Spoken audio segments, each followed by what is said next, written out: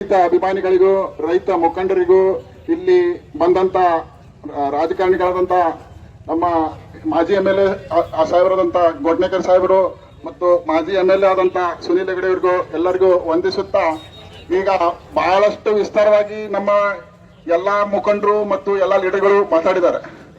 ನಾನು ಇದ್ರ ಬಗ್ಗೆ ಸ್ವಲ್ಪ ಹಿಂದಿನಿಂದ ಬರ್ಬೇಕಂತ ಅನ್ಕೊಂಡೆ.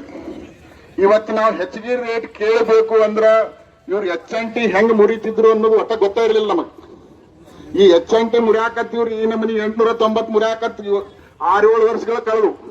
ಬಟ್ ಅದ ನಮಗೆ ಸಾವಕಾಶ ಗೊತ್ತಾಗಿತ್ತು. ಅದು 2020-23ರಲ್ಲಿ ಏನಾಯ್ತು ಅಂದ್ರೆ ತಹಶೀಲ್ದಾರ್ ಆಫೀಸ್ನಾಗ 54 ದಿವಸ ಕುಮಾರ್ ಅವರು ಎಲ್ಲಾ ಭಾಗದವರು ಎಲ್ಲಾ ಸೇರಿ ಇಲ್ಲಿ ಸತ್ಯಾಗ್ರಹ ಮಾಡಿ, ಇಲ್ಲಿಂದ ಮತ್ ನಾವು ಧಾರವಾಡ DC ಆಫೀಸ್ನಾಗ DC ಆಫೀಸಿನೊಳಗೆ 8 ದಿವಸ ಸತ್ಯಾಗ್ರಹ ಮಾಡಿ, ಮತ್ ಆ ಸತ್ಯಾಗ್ರಹ ಮತ್ ಬೆಂಗಳೂರು ಫ್ರೀಡಂ ಪಾರ್ಕ್ನಾಗ 34 ದಿವಸ ಹೋದ್. ಇಷ್ಟೆಲ್ಲಾ ಸತ್ಯಾಗ್ರಹ ಆದ್ಮೇಲೆ ಶುಗರ್ ಕಮಿಷನರ್ಗೆ ಅದು ಬಂದು ಇಲ್ಲೆಲ್ಲ ಶುಗರ್ ಕಮಿಷನರ್ ಆಡಿಟ್ ಮಾಡಕ್ ಆದೇಶಿಸಿದ ಮೇಲೆ ಆ ಆಡಿಟ್ ಅನ್ನು 2 ವರ್ಷ ಮಾಡಿದ್ರು. ಬರೀ ಕಬ್ಬಿನ ಲೆಕ್ಕ ಹೆಚ್ಚುವರಿ ತಗೊಂತಾರನ್ನ ಅದ್ರ ಕಮಿಟಿ 2 ವರ್ಷ ಲೆಕ್ಕ ಮಾಡಿ ಅದು 893 ಹೆಚ್ಚೈತಿ, ಬರೀ 637 ರೂಪಾಯಿ ತಗೋಬೇಕಂತ ಆದೇಶ ಮಾಡಿದ್ರು. ಆದೇಶ ಮಾಡಿದ್ರೆ ಹೋದ ವರ್ಷ 2024 8ನೇ ತಿಂಗಳಾಗ ಆದೇಶ ಆಗೈತಿ.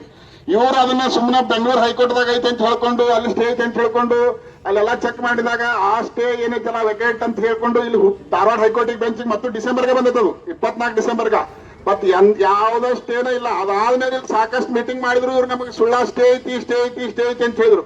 ಇದ್ರ ಪರಿಣಾಮವಾಗಿ ನಾವೇನ್ ಮಾಡಿದ್ವಿ, ಒಂದ್ ದಿವಸ ಈ 1-2 ತಿಂಗಳಿಂದ ನಮ್ಮ ಧಾರವಾಡ DC ಅವರಿಗೆ ಮನವಿ ಮಾಡಿಕೊಂಡು ಶುಗರ್ ಕಮಿಷನರ್ ಇದರೊಳಗನೆ ಒಂದ್ ಮೀಟಿಂಗ್ ಮಾಡಕ್ ಹೇಳಿ ನಮ್ಮ ಜಿಲ್ಲಾ ಉಸ್ತುವಾರಿ ಸಚಿವರು ಮತ್ತ DC ಅವರು ಎಲ್ಲಾ ಕಲ್ಗಟ್ಟಿ ರೈತ ಮುಖಂಡರು ಮತ್ತೆ ಹಳ್ಳಾಳಪುರ ರೈತ ಮುಖಂಡರು ಎಲ್ಲಾ ಅಲ್ಲಿ ಫ್ಯಾಕ್ಟರಿ ಅವ್ರನ್ನ ಏನ್ ಇನ್ಚಾರ್ಜ್ ಅದಾರಲ್ಲ ಅಲ್ಲಿ ಬೆಂಗಳೂರು ವಿಕಾಸ್ ಸೌಧ ಕರೆಸಿ ಮೀಟಿಂಗ್ ಮಾಡಿದಾಗ ಅವ್ರನ್ನ ಕೂಲಂಕಷವಾಗಿ ಪರಿಶೀಲನೆ ಮಾಡಿರೋ ಅವ್ರ ಕಡೆ ಸ್ಟೇನ ಇಲ್ಲ. ಸುಳ್ಳ ಸ್ಟೇ ಐತಿ ಅಂತ ಹೇಳ್ಕೊಂತ ರೈತರನ್ನ ದಾರಿ ತಪ್ಸಾಕತ್ತಿದ್ರು. ಹಿಂಗಾಗಿ ಅವೆಲ್ಲ ಹೋರಾಟದ ಫಲವಾಗಿ ಏನಾಗೈತಿ ಅಂದ್ರ ಇವತ್ ನಮಗ ಅವರು 4000 FRP ನ ಒಳಗ ನಮಗ್ 950 ರೂಪಾಯಿ ಫಸ್ಟ್ ಮುರಿದು ಬರೀ 3050 ರೂಪಾಯಿ ಅಂತ ಹೇಳಿದ್ರು. ಆದಂತರೂ ಪೂರ್ತಿ ಅವೈಜ್ಞಾನಿಕ ರೇಟು. ನಮ್ಮದು ಏನೈತಲ್ಲ 637 ರೂಪಾಯಿ ಅಷ್ಟೇ ಬರ್ತದೆ ನಮ್ಗೆ HNT. ಅದ್ರ ಪರವಾಗಿ ನಮ್ ನ್ಯಾಯಯುತ ಬೆಲೆ ಏನೈತೆ ಅಂದ್ರೆ 3363 ರೂಪಾಯಿ ಐತಿ. ಏನೋ ಅವ್ರ ಕಷ್ಟ ನಮ್ ಕಷ್ಟ ಕೇಳ್ಕೊಂಡು ಎಲ್ಲಾ ರೈತ ಮುಖಂಡರು ಹೇಳಲ್ಲ 3300ವರೆಗೂ ಬಂದ್ರು ಓಕೆ ಅನ್ನೋ ಒಂದು ಹಂತಕ್ಕೆ ಬರೋಣ ಅಂತ ಹೇಳಿ ಒಂದಕ್ಕೆ ಬಂದಿದ್ದೀವಿ. ಹಿಂಗಾಗಿ ಎಲ್ಲಾ ರೈತರು ಈ ರೇಟ್ ಬರುವಟ ಯಾರು ಕದಲುವಂಗಿಲ್ಲ, ಯಾರು ಕಬ್ಬು ಕಡಿಯೋಂಗಿಲ್ಲ.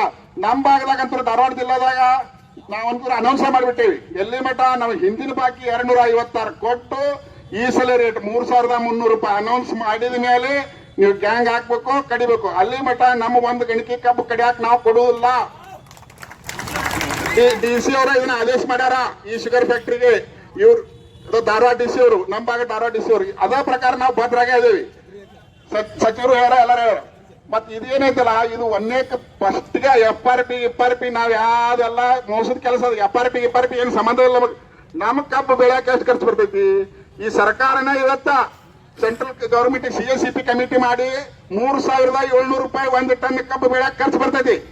ಅದ್ರ ಮೇಲೆ ಲಾಭಾಂಶ ಇಟ್ಟು 4440 ರೂಪಾಯಿ ರೈತರಿಗೆ ಅದು ನ್ಯಾಯಯುತ ಬೆಲೆ ಅಂತ ಹೇಳಿ ಶಿಫಾರಸ್ ಮಾಡಿ ಕಳ್ಸಾರ.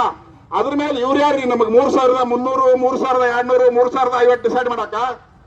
ಹಿಂಗಾಗಿ ನಾವು ಯಾರ ರೈತರು ಇವ್ರು ಏನೇ ಹೇಳಿದ್ರು ಕಬ್ಬು ಕಟಾವಿಗೆ ನಾವು ಅನುಮತಿ ಕೊಡೋದು ಬೇಡ. ಗಟ್ಟಿಯಾಗಿ ನಿಂತ್ರೆ ನಮ್ಮ ರೇಟ್ ನಾವು ತಗೊಳ್ಳಬಹುದು. ಹಿಂಗಾಗಿ ಹೇಳಿ